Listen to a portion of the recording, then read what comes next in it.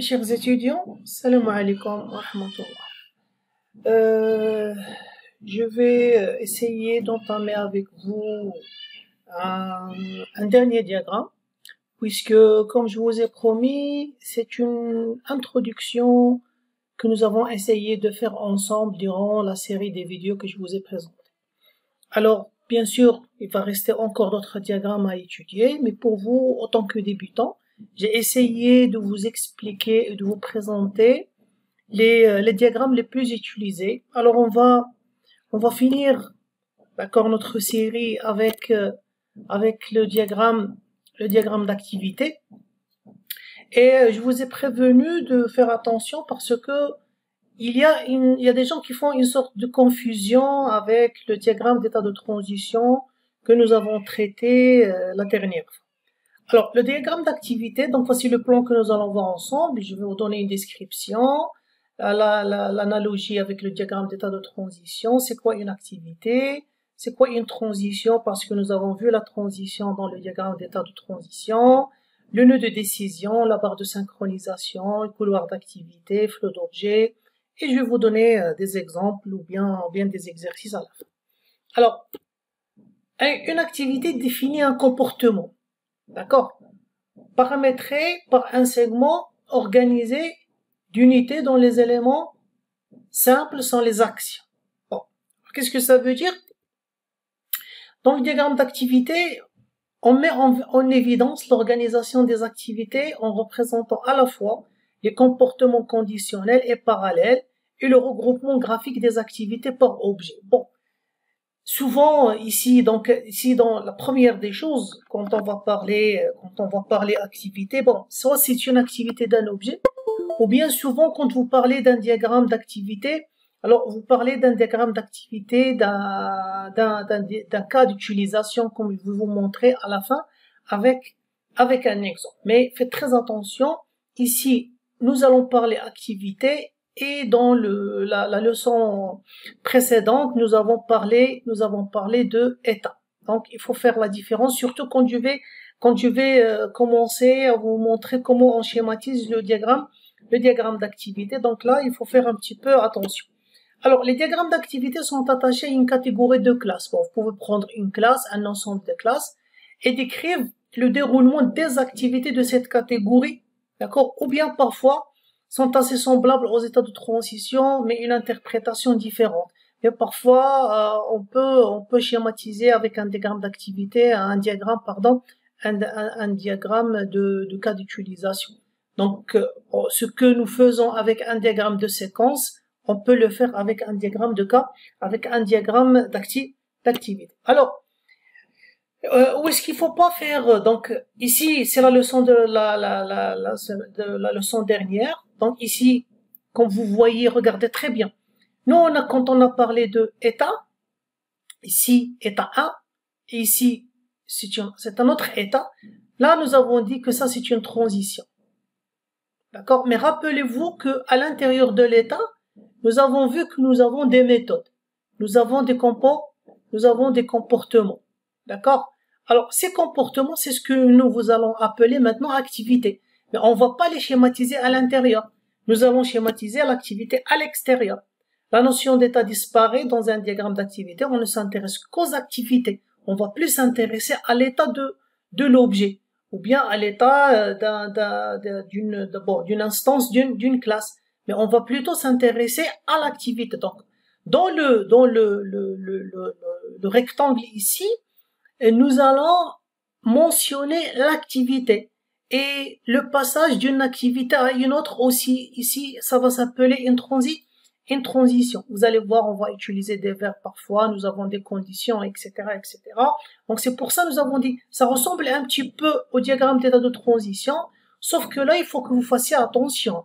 Là maintenant, quand nous avons fait le rectangle ici, c'était l'état.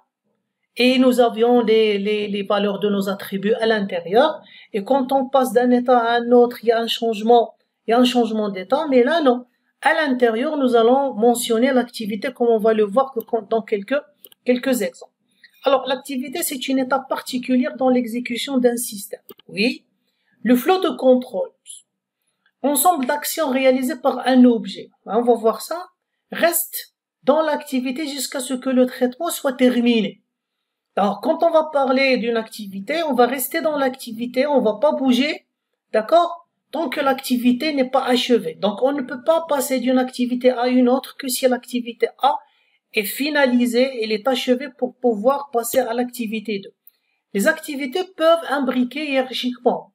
Bien sûr, elles peuvent être imbriquées, ça veut dire, vous savez très bien, on peut dans une activité faire appel à une autre activité, d'accord? Ou bien, comme je vous ai expliqué dans le diagramme d'état, nous avons parlé des états composites. Ici, on va parler des activités composites. Donc, une activité qui est composée de plusieurs activités. Bien sûr, comment nous allons schématiser une activité? Regardez, on utilise un verbe.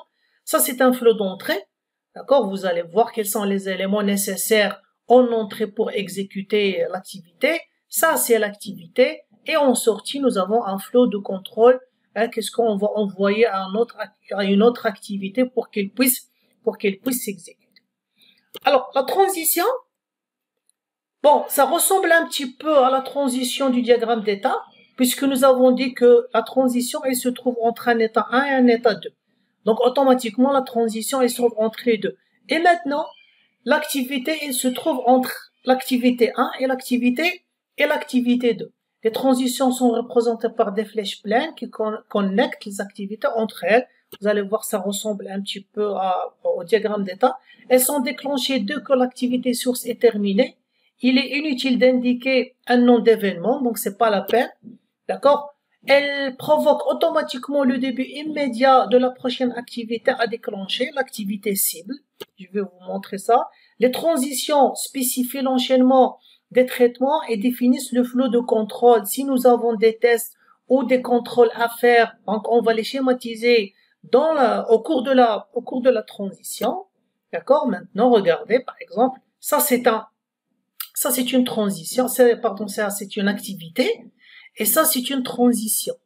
D'accord? Et ça c'est la deuxième activité. Donc, cette activité ne peut démarrer que si celle-ci, elle est finie, elle est achevée. Et regardez, la transition, elle indique automatiquement la fin de celle-ci et le démarrage de la deuxième. Donc, au milieu, la flèche, c'est la transition. On verra, soit on peut modéliser des éléments ici, mais parfois c'est automatiquement, ça veut dire que cette activité, elle est finie et cette activité, elle va démarrer. D'accord? Alors, le nœud de décision, il ressemble un petit peu au nœud de décision du diagramme d'état de transition. C'est comme si vous êtes en train de parler d'une condition si. Il est représenté par un losange possédant un arc entrant et plusieurs arcs sortants, accompagnés de gardes, on verra. Là, maintenant, il faut mettre les gardes. Pourquoi? Parce que vous devez spécifier qu'est-ce que vous voulez. J'insère une garde, soit elle est valide, soit elle n'est pas, soit elle est valide, soit elle n'est pas valide. Donc ça s'appelle un nœud de décision. C'est comme si vous êtes en train de dire si. Si carte valide, je passe par là, sinon je passe par là. Bon, ça, c'est un élément simple à retenir.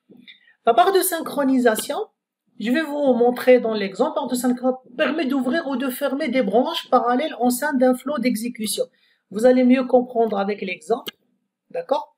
Alors, attendez, je vais voir, voilà un exemple et je reviens à l'explication. Alors ici, par exemple, vous avez choisi un thème de projet de fin d'études. Voilà. Vous pouvez démarrer l'une des trois éléments quand vous voulez. Vous n'êtes pas obligé d'attendre la présentation pour faire la pratique. Vous n'êtes pas obligé de rédiger le rapport pour commencer la présentation. Ça veut dire que ce sont des éléments qui peuvent commencer tous les trois en même temps. D'accord? Mais la seule condition, c'est qu'il faut d'abord faire le choix. Donc ça s'appelle un nœud de débranchement. Pourquoi un débranchement? Parce qu'il y a un nœud entrant et plusieurs nœuds et plusieurs transitions sortantes. Et regardez, vous ne pouvez pas faire la soutenance tant que vous n'avez pas achevé les trois éléments.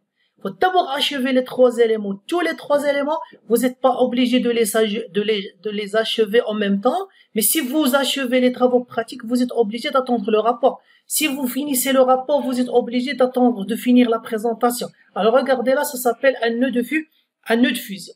Maintenant sur l'explication, on va vous dire, on ne franchit une barre de synchronisation qu'après réalisation de toutes les transitions qui s'y rattachent. Une barre de synchronisation peut jouer le rôle de deux nœuds de contrôle. Soit c'est un nœud de débranchement, soit c'est un nœud d'union. Un nœud de débranchement, il représente le déclenchement simultané de deux flots de contrôle au plus, d'accord? C'est comme celui-là, ça c'est un nœud de débranchement, d'accord? Et un nœud de fusion, il fait l'inverse, d'accord? Là, vous avez un nœud de fusion, d'accord? Donc ça va vous aider, d'accord, à schématiser vos éléments, d'accord? Alors, on va voir, je vais faire comme ça et après je vais lire à la fin, comme ça vous allez comprendre quand est-ce qu'on parle des couloirs d'activité.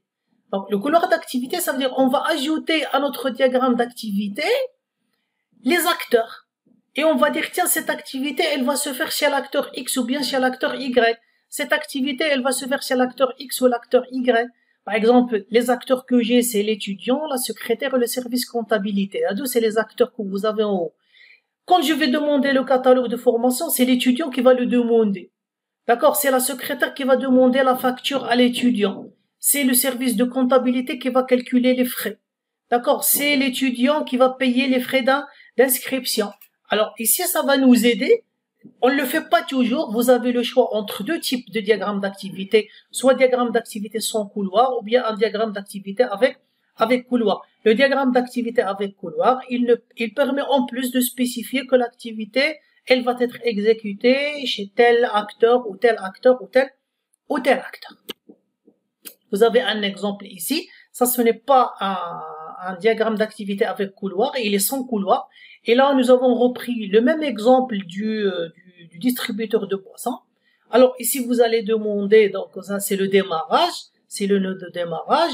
Vous allez vérifier le montant que l'utilisateur a saisi. Si le montant est supérieur au prix, donc on va passer par là, sinon refuser la boisson et c'est à la fin. Dans ce cas-là, regardez, si le prix est exact, on va passer en même temps. On va placer le gobelet, on va commencer à préparer la boisson. Donc là, vous avez un nœud de débranchement. Et en même temps, quand la boisson, elle est préparée et le gobelet, il est à sa place, on va verser les boissons. On ne peut pas verser la boisson si l'un de ces éléments n'est pas finalisé, hein, n'est pas achevé.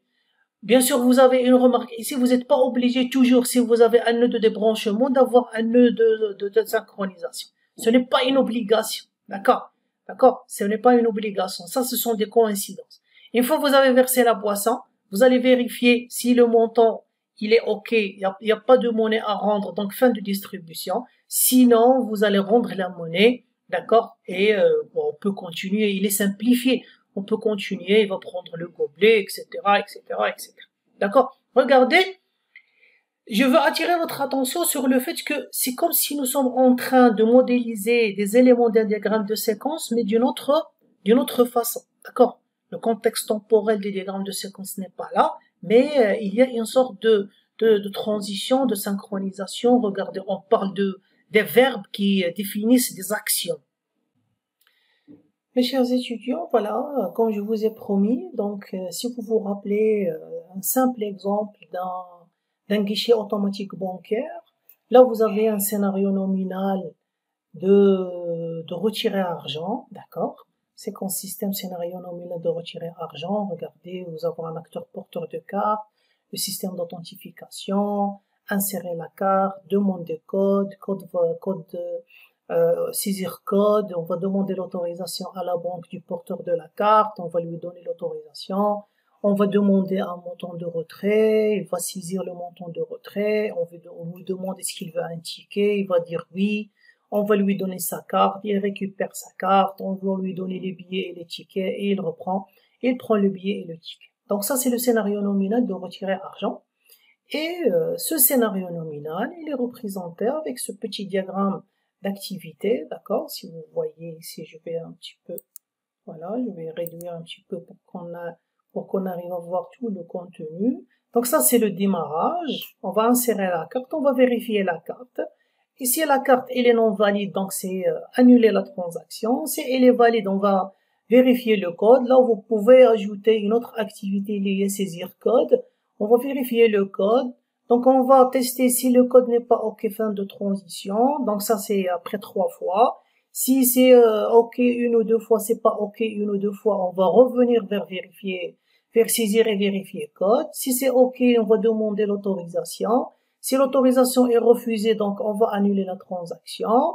Si la transaction est acceptée, on va saisir le montant, on va déterminer le montant. Si le montant est supérieur au solde, alors on va revenir vers la détermination du montant jusqu'à ce que le montant soit inférieur. Sinon, si le montant est supérieur, on va éjecter la carte d'abord.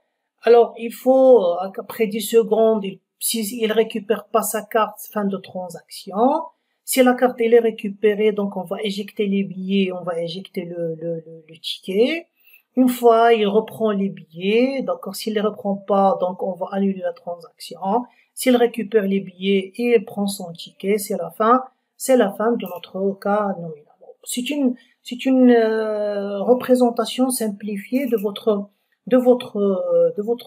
scénario, de votre cas d'utilisation, d'accord, avec un petit diagramme d'activité. Vous pouvez l'enrichir un peu plus. Donc, mais là, on le garde un petit peu simplifié pour que vous arriviez, d'accord, à voir un petit peu comment ça se passe. D'accord. Je vous remercie beaucoup et on se voit la semaine dans une autre vidéo, Inch'Allah. Donc on approche vers la fin